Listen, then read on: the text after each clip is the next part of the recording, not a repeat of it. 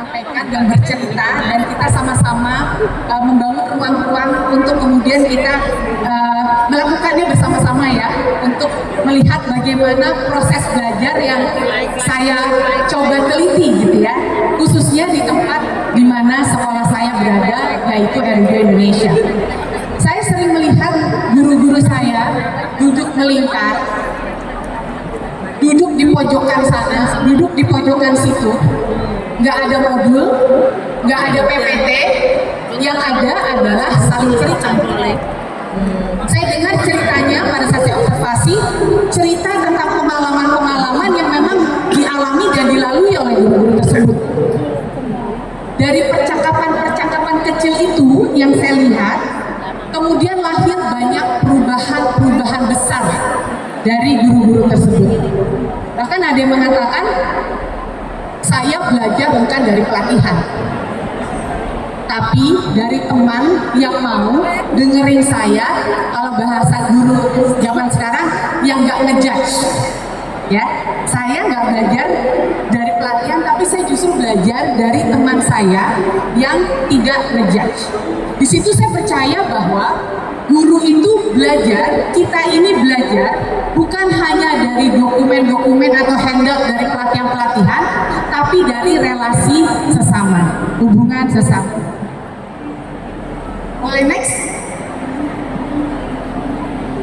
Judul hari ini, jangan apa tadi, guru jangan mau jadi guru yang biasa, tapi guru yang bermartabat. Saya yakin 3.000 guru di sini nggak ada yang mau dibilang biasa-biasa saja, betul nggak? Karena memang peran kita itu nggak biasa. Guru itu perannya nggak biasa loh. Setiap hari kita melihat anak-anak yang sedang bertumbuh. Setiap hari kita melihat anak-anak yang masih bingung dengan dirinya. Dan seringkali guru-gurunya juga sering bingung, bener nggak? Terhadap dirinya. Bukan anak-anaknya aja, guru-gurunya juga sering bingung. Tapi ditumpukan pekerjaan, hal-hal yang harus dilakukan sebanyak-banyaknya, apa, dokumen-dokumen administratif yang harus diisi oleh ibu bapak guru ini. Seringkali kita melupakan tugas utama kita, yang adalah bukan mengajari anak-anak kita untuk mendapatkan nilai yang baik, tapi bagaimana kita bisa menemani anak-anak kita untuk bisa menjadi manusia yang seutuhnya. Jadi untuk saya, guru hebat itu adalah guru yang tetap sabar sekali ya, di saat rasanya semuanya serba salah. Itu guru hebat. Dan guru yang masih mau belajar terus-menerus, padahal situasi di luar sana terus berganti. Ya. Dan kalau saya mendengar kata martabat, ya, menjadi guru yang bermartabat, saya percaya martabat itu tidak datang dari jabatan kita, tidak datang dari status kita, ya. Maka dari itu, pada saat saya ditanya, dan seringkali saya lakukan ini, saya tidak pernah menaruh gelar saya, karena saya merasa gelar saya tidak membuat saya lebih bermartabat. Dan saya percaya bahwa martabat itu justru datang dari sikap kita, sikap dari bagaimana kita menghormati orang lain, bagaimana kita menghormati murid-murid kita, dan yang paling penting adalah jujur sama diri sendiri. Jadi pada saat saya bilang jangan menjadi guru biasa, saya tidak meminta teman-teman ibu bapak guru yang hebat-hebat ini menjadi luar biasa, ya, tapi menjadi ibu bapak guru yang mau terus belajar untuk menjadi lebih baik. Itu yang saya maksud. Boleh next? Pada saat kita bicara kualitas pendidikan, saya boleh tanya nggak? Kualitas pendidikan yang ada di benak ibu dan bapak itu apa sih? Apa yang membuat sebuah pendidikan itu berkualitas? Ada nggak yang mau memberikan opininya? Mungkin mas-mas yang katanya mau membantu saya memberikan mic, ada? Disilakan. Ada nggak pada saat kualitas pendidikan yang berkualitas yang ada di benak ibu dan bapak yang tersirat apa? Ada? Atau diteriakin aja deh. Pendidikan yang berkualitas yang langsung terbersit di benak ibu dan bapak, Pak. Silakan Bapak Ibu yang ingin berkomentar. Mudah baik, ada Bunda, ada Mbak Mira, ada. Iya. Apa yang langsung bisa membantu? Narasumbernya namanya apa? Monica Riyad. Boleh Bunda, saya bisa turun. Oh siap, Jen. Boleh nanti disebutkan nama dan asal instansi Ibu.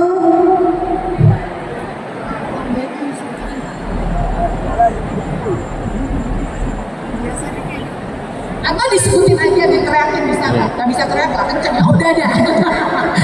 Aman Mira, aman. Monica Riyati ya. Monica Riyati. Perkenalkan saya Mariati. Bener, Bu. Saya Bener, dari loh. kelompok Monica Riyati. Amin, Desa Pojok Sari, Kecamatan Sukomoro. Kualitas pendidikan bukan cuma soal nilai, tapi soal manusia di dalamnya. Menurut saya, kualitas pendidikan ditentukan oleh gurunya, gitu ya. Bukan ditentukan oleh fasilitas yang dimiliki oleh sekolah. Kenapa? Karena guru yang hebat itu menurut saya adalah guru yang bisa menjadikan anak-anak yang biasa menjadi anak-anak yang luar biasa. Bahkan anak-anak yang kurang menjadi anak-anak yang luar biasa.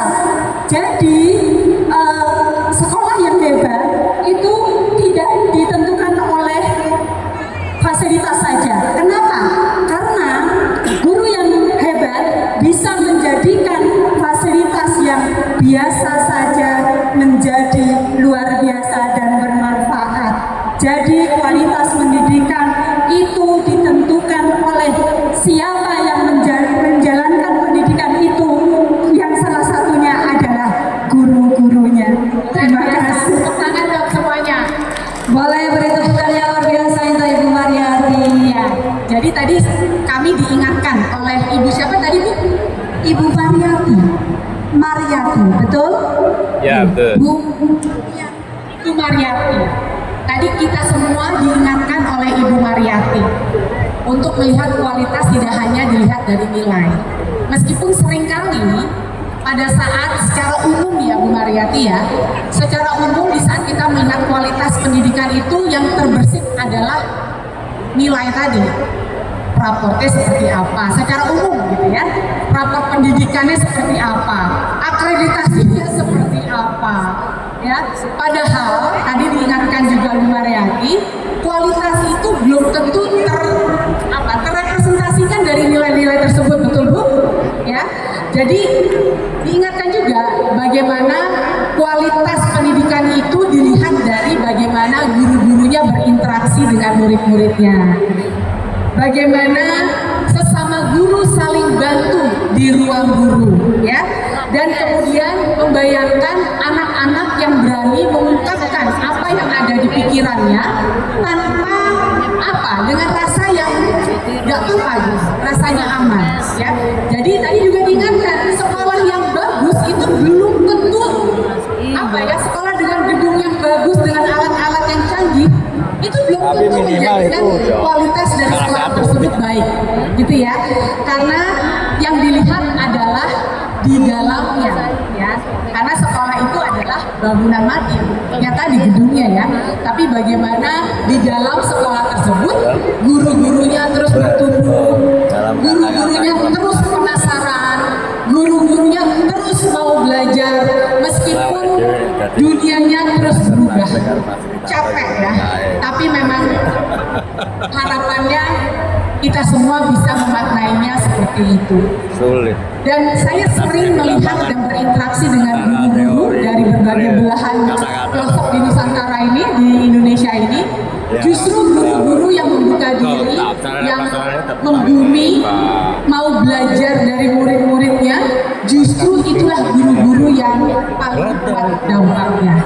Jadi kalau kita bisa ditanya nih ya, apa sih kualitas pendidikan? Dan saya sering memberikan respon dilihat dari kualitas hubungan antar guru dan murid-muridnya, sehangat apa relasi di antara guru-guru di sekolah tersebut? Karena kalau hubungannya hidup, saya yakin pendidikannya juga hidup. Terus kemudian Kebenarannya pria, Masya Allah. Nah, tapi ada tapinya nih.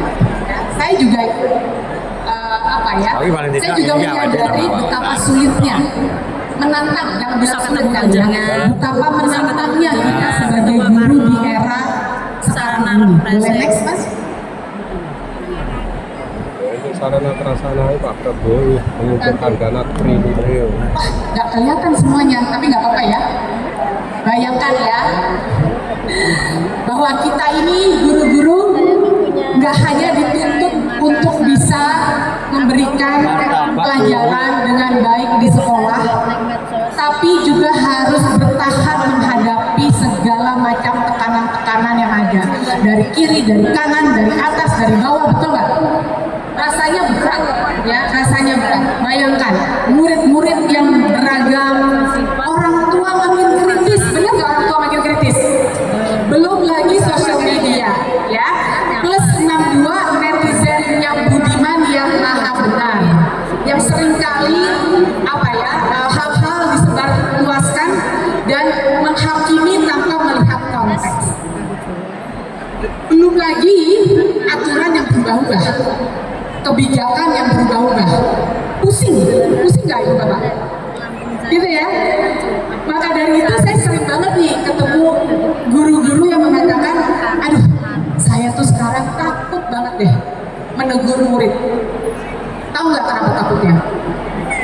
Takut diviralin, takut disalahpahami, ya. Padahal pada saat kita guru-guru mungkin bahasa yang tepat bukan menegur ya, mengingatkan murid-murid kita, tujuannya adalah agar nilai-nilai kebajikan itu tetap ada di anak-anak kita, bukan menghukum, betul nggak? Iya kan? Dan itu tadi sayangnya, gitu ya, sayangnya dunia di luar sana itu adalah dunia menghakimi. Nah, di tengah-tengah bertubi-tubinya tekanan kita, ya, sebagai guru, penting untuk kita tahu hak kita sebagai guru, ya, menyadari hak kita sebagai guru, dan itu seringkali terlupakan karena udah terlalu cepat dan terlalu sering gitu ya ada di dalam tekanan-tekanan tersebut. Hak apa aja sih? Hak untuk belajar, bahwa ingat kita sebagai pembelajar hak untuk dipahami, bukan untuk dinilai atau dihakimi. Dan yang paling penting adalah hak untuk berkembang. Meskipun di luar sana dunianya terus berubah, ya. Dan sayangnya hak-hak ini datang dari sistem, ya. Nggak kayak seperti hak apa misalnya datang dari sistem, hak untuk tunjangan dan sebagainya. Hak-hak ini datang dari dalam diri kita sendiri, ya. Untuk menyadari bahwa kita ini adalah pembelajar dan kita harus terus belajar. Nah, di sisi lain, kalau di hari ini kita melihat hak dan kewajiban, ada yang juga sama pentingnya dengan hak itu, yaitu kewajiban. Kewajiban apa? Ya, itu tadi ya, kewajiban untuk memahami anak-anak kita, kewajiban untuk saling memahami dan mengerti satu dengan lainnya. Karena kita perlu untuk istilahnya menyadari bahwa di dalam siklus perubahan ini kita nggak bisa sendirian, ya. Kita terus harus belajar dan kita tidak bisa sendirian. Ibu dan Bapak pernah nggak di dalam sebuah situasi yang rasanya udah capek banget, rasanya udah hampir mau menyerah, lalu terus kemudian ada guru, teman guru yang memberikan semangat dan kita semangat lagi dengan mengatakan, saya pernah ada di situasi itu, udah tenang aja, kamu gak sendirian. Rasanya kita kayak pernah nggak di situasi itu? Ya, boleh next. Semangat Bapak. Saya sekarang ingin bertanya, nggak usah dijawab, tapi istilahnya apa nih? Acungkan tangan saja ya. Siapa di sini yang pernah cerita dan curhat kepada teman guru lainnya? Ada nggak? Di sana nggak pernah? Ada nggak? Siapa yang pernah berkeluh kesah kepada teman gurunya? Ada? Rasanya itu loh. Ada ya? Oke. Sebaliknya, ada nggak yang sering juga dicurhatin sama teman gurunya? Ya. Kita tepuk tangan untuk guru-guru yang sering dicurhatin itu ya. Karena itu kekuatan kita, ya. Karena seringkali kita kembali kuat di saat ada yang menyemangati. Setuju nggak? Ya. Karena kekuatan itu ada di hubungan antar guru di sekitarnya. Maka dari itu, di tempat di mana saya berkarya, di sekolah, di badan akreditasi, maupun di program presisi, saya selalu percaya bahwa perubahan itu nggak bisa jalan sendirian, setuju nggak? Ya, kita harus selalu ada teman. Boleh next Mas? Nah, saya pengen Ibu dan Bapak melihat mentimeternya. Belum Mas? Oh enggak ya, langsung ini ya? Oke. Baik. Berarti ke-skip tadi, nggak apa-apa. Jadi, Ibu Ira mohon izin, kiranya Bunda Bupati Magetan sudah selesai berkunjung, kami sampaikan terima kasih kepada Bunda Bupati Magetan yang sudah berkenan hadir di Korki Mageti dan berkunjung yang ada di gelar karya inovasi Hari Guru Nasional 2025, dan terima kasih pula atas motivasinya kepada guru-guru hebat Kabupaten Magetan. Terima kasih Bunda. Baik, terima kasih Bunda. Sekali lagi kami ucapkan dari guru-guru hebat Kabupaten Magetan, semoga Bunda sehat selalu, berkarya untuk Magetan terdepan dan ngangani. Baik, Ibu Ira bisa dilanjutkan. baik kita coba lanjutkan ya. Iya, Irayati. Martabat Ya. itu lahir dari sikap dan Ibu Bapak Guru, kalau dipikir-pikir ya, menurut saya nggak tahu Ibu dan Bapak Guru merasakan ini atau tidak. Kita ini menjadi guru di zaman yang paling banyak harus beradaptasi, setuju nggak? Dulu guru sibuk mencari apa? Mencari apa sih kalau ini